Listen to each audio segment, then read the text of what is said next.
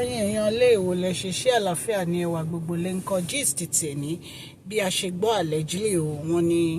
Queen Naomi wọ́n ní wọ́n lọ ṣe shopping ní ní Lekki around Lekki wọ́n lọ ṣe shopping wọ́n ní bí àwọn èèyàn kan wọ́n ṣe kọ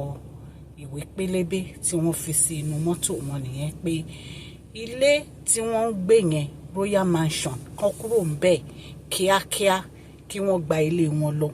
ìpè kan dẹ̀ máa rò pé àwọn lè padà wá sínú palace tí wọ́n bá fẹ́ bìlìsì tí wọ́n bá fẹ́ èṣù ẹ̀yin èèyàn lé bí a ṣe gbọ́ gist ni ẹ káàbọ̀ sí Mashola Gist TV ò ṣe àlàáfíà ní ẹwà gbogbo lè ń kọ́ orúkọ mi ni Mashola kò yí padà a máa ń sọ Yorùbá lórí channel yìí nítorí pé a fẹ́ gbàgbé àṣà àti èdè wa a dẹ̀ tún máa ń sọ fún àǹfààní àwọn tí wọn ò gbọ́ Gẹ̀ẹ́sì ẹ̀yin èèyàn lé à ń sọ̀rọ̀ nípa celebrity gist royal gist politics àti gbogbo nǹkan tó ń ṣẹlẹ̀ ní agbègbè orílẹ̀-èdè bàbá wa ní ilẹ̀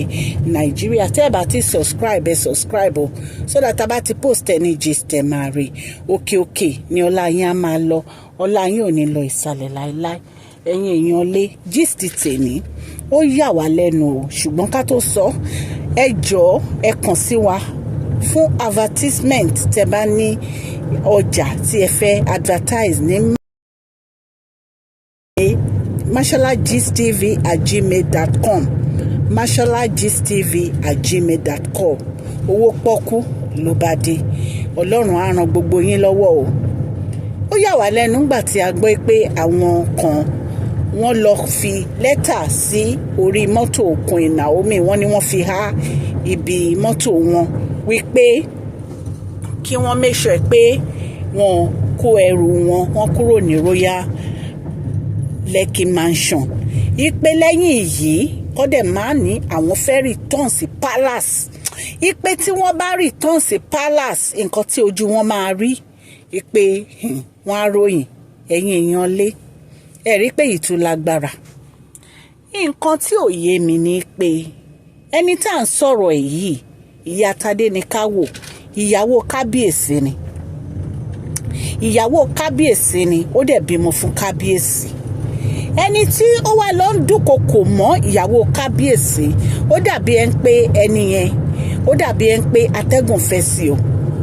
ó dàbí ẹni pé atẹ́gùn fẹ́ sẹ́ni yẹn o nítorí pé ẹni yìí ò ń ṣàlè kábíyèsí o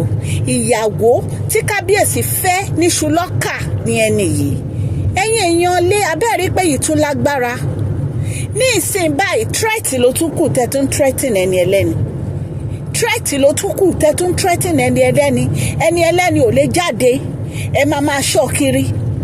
wọ́n ń tírẹ́sì Queen Naomi kiri everywhere tí Queen Naomi bá ń lọ ni wọ́n ń tírẹ́sì Queen Naomi kiri everywhere tó bá ń lọ ni kí ló dé tó jẹ́ pé ọ̀rọ̀ kẹ́ ẹ máa ṣọ́ Queen Naomi kiri yìí ó ti wá fẹ́ máa di nǹkan burúkú ṣé ẹ̀yin tẹ́ ẹ̀ ń ṣọ́ wọn kiri ṣé ẹ̀ níṣẹ́ ni ṣé ẹ̀ bízì ni pẹ̀lú ayé yín ẹ jẹ́ kí n sọ fún yín gbogbo ètò ẹ̀ ń sọ yẹn kò sí nǹkan tẹ́ ẹ lè ṣe fún Queen Naomi o Queen Naomi ò ní ibi kankan tó máa lọ inú Royal Mansion yẹn náà máa wà títí wọ́n fi máa lọ sí palace ẹ̀ẹ́dẹ̀lé ever ní kó má return sí palace ẹ lè ever nìkan má return sí palace because palace ò ń ṣe lé yín kì í ṣe lé bàbá yín ààfin kábíyèsí wa ni ọba Adéyẹyè mo wólẹ̀ forí adé ọkọ Ṣílẹ̀kùn Ọlá Ògúnwùsì ààfin wọn ni kò dẹ̀ sí nǹkan tẹ́ ẹ lè ṣe nítorí pé ìyàwó kábíyèsí tí kábíyèsí nífẹ̀ẹ́ tọkàntọkàn ni ẹni tá à ń sọ̀rọ̀ ń pa èyí ọ̀rọ̀ yìí ó ti bọ́ lọ́wọ́ yín the only thing tẹ́ ẹ lè ṣe ni kẹ́ ẹ gbá kámú kẹ́ ẹ fi wọ́n sílẹ̀ kẹ́ ẹ jẹ́ kó máa báfẹ́ wọn lọ kẹ́ ẹ fi wọ́n sílẹ̀ kán gbégbé ayé ìrọ̀rùn ẹnikẹ́ni tó wù tó lọ kọ lẹ́tà yẹn sí inú mọ́tò Queen Naomi tó ní pé wọn gbọ́dọ̀ return sí Lekki Mansion tó ní pé wọn gbọ́dọ̀ return sínú palace ẹni yẹn Ọlọ́run Elédùmarè á dojú ìjà kọ o Ọlọ́run Elédùmarè á dojú ìjà kọ ẹni yẹn nítorí pé arábìnrin yìí kò bá yín jà kò ní kẹ́ ẹ má rìnrìn ẹsẹ̀ yín kò ní kẹ́ ẹ má ṣe nǹkan tẹ́ ẹ fẹ́ ṣe ẹ wà nínú pálàsì gbogbo yín ẹ̀ ń rí kábíyèsí ẹ̀ ń gbádùn kábíyèsí at least ẹni kan máa wá sínú palace wọ́n dẹ̀ jókòó sí Lekki mansion wọ́n ní kẹ́ ẹ lọ ra ilé ẹ takú ẹ lẹ́ẹ̀ra ilé eléyìí kò síbi tẹ̀ ń lọ àti ẹ̀túgbẹ́pẹ́ kẹ́rù yín gbà kan ẹ rè pé kábíyèsí máa pè yín kábíyèsí ráyè tiyín wọ́n nígbà tí kábíyèsí rí pọ́n kó ẹrù wọn kúrò ní palace wọ́n nínú kábíyèsí tiẹ̀ tó ń dùn ní kábíyèsí ṣí wáìnì náà fi ń gbádùn ayé wọn wọ́n nígbà tó sú wọn tán rí pé kábíyèsí ò pè àwọn bọ́n tún ṣe lọ ru ẹrù táǹkà sú wọn nìyẹn tó tún padà sínú palace ẹ̀yin èèyàn lé ṣé ẹ rí ìgbà míì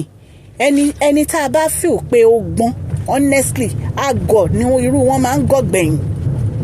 ẹlòmíì ẹ̀kọ́ máa rí ẹlòmíì ni wọ́n gbọ́n rárá o ṣé ẹ mọ̀ pé tó bá jẹ́ pé àwọn olórí yìí ṣé ẹ mọ̀ pé tó bá yẹ pé wọ́n ti lọ ra lé nígbà tí kábíyèsí nìkan ra lé ṣé ẹ mọ̀ pé wọ́n bá ti níyì jù lọ́wọ́ kábíyèsí ẹ rí bí olórí Tèmítọ́pẹ́ ṣe níyì àti Dr. Elizabeth ẹ rí bó ṣe níyì ṣé ẹ mọ̀ pé wọ́n bá ti níyì jù lọ́wọ́ kábíyèsí ṣùgbọ́n wọ́n takú wọn láwọn ò ní ra lé wọ́n nínú palace yẹn làwọn máa rìtáyàs kábíyèsí dẹ̀ rọra pa wọ́n ti bí ẹni pa aṣọ òfìtì wọ́n ń wò wọ́n níran wọ́n sọ nǹkan kan ìran tí kábíyèsí wá ń wò wọ́n kò wá bá wọn lára mu ó wá ń dùn wọ́n ní wọ́n máa ń sunkún nù kọ̀rọ̀ ni wọ́n lọ́ máa ń sunkún kọ̀rọ̀ wọ́n ní kọ̀rọ̀ wọ́n máa ń sunkún ni you think they are happy they not ẹ fẹ́ múnú kábíyèsí dùn ẹ dẹ̀ fẹ́ kínú tiyín dùn kò jọ rárá ẹ fẹ́ múnú kábíyèsí dùn ẹ dẹ̀ fẹ́ kínú yín máa dùn báwo nínú yín ṣe fẹ́ dùn ẹ sọ fún wa. Queen Naomi á padà sínú palace yẹn ẹ̀dẹ̀ ní anything tẹ́ lè ṣe Queen Naomi àbọ̀ Ọlọ́run á dájú lórí yín ẹ tiẹ̀ má ro lẹ́tà yẹn Ọlọ́run kúkú ṣe kábíyèsí ti gba bodyguard fún yín ẹ máa gbé bodyguard yín ní anywhere tí ẹ bá ń lọ tó bá yẹ pé kábíyèsí máa gba ọlọ́pàá méjì sí kíkan dúró síwájú kíkan dúró sẹ́yìn anytime tẹ́ máa ń jáde kẹ́yìn àtàwọn ọlọ́pàá àti bodyguard yín jọ máa jáde kò sí nǹkan kan tó máa ṣe yín ààbò Ọlọ́run á dájú lórí yín á dájú lórí Tadé ní káwò ní agbára Ọlọ́run ẹ má mi kan o àwa a support yín àdé máa support yín ní forever kò sí nǹkan kan tó máa ṣe yín ẹ̀yin èèyàn lé adúpẹ́ púpọ̀ lọ́wọ́ yín fún àdúrótì yín lórí channel yìí ẹ jọ̀ọ́ ẹ bá mi fún fídíò yìí ní thumbs up o òkè ni ọlá yín á máa lọ ọlá yín ò ní lọ ìsàlẹ̀ láéláé please share this video like and subscribe God bless you all.